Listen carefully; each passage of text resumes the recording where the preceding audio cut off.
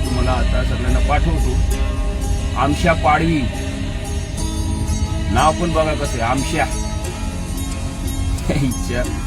या भडव्याने काल काय म्हटलं की धनगरांना कसल्याही परिस्थितीत आरक्षणात आमच्या घुसू देणार नाही. तुझ्या बापाची पेंड आहे, बापाची पेंड आहे तुझ्या.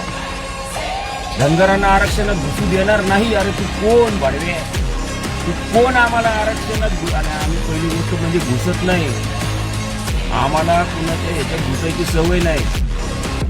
आम्ही आमच्या हक्काचं जे डॉक्टर बाबासाहेब आंबेडकरांनी त्या महामानवानी आम्हाला अधिकार दिलाय, आम्ही घुसत नाही, आम्ही घुसवत असतो. आणि ते पण असं घुसवतो ना. माझी तुम्हाला विनंती आहे, या कुत्र्यांना वेळीच पट्टा काढ्यात अडकून त्यांना यांच्या पिंजऱ्यात व्यवस्थित जेवढं दिलं तेवढंच काम करा म्हणावं.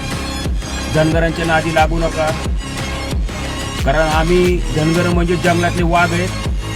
कुत्री ही पिंजऱ्यात चांगली दिसतात, त्यांनी पिंजऱ्यातलं काम करावं.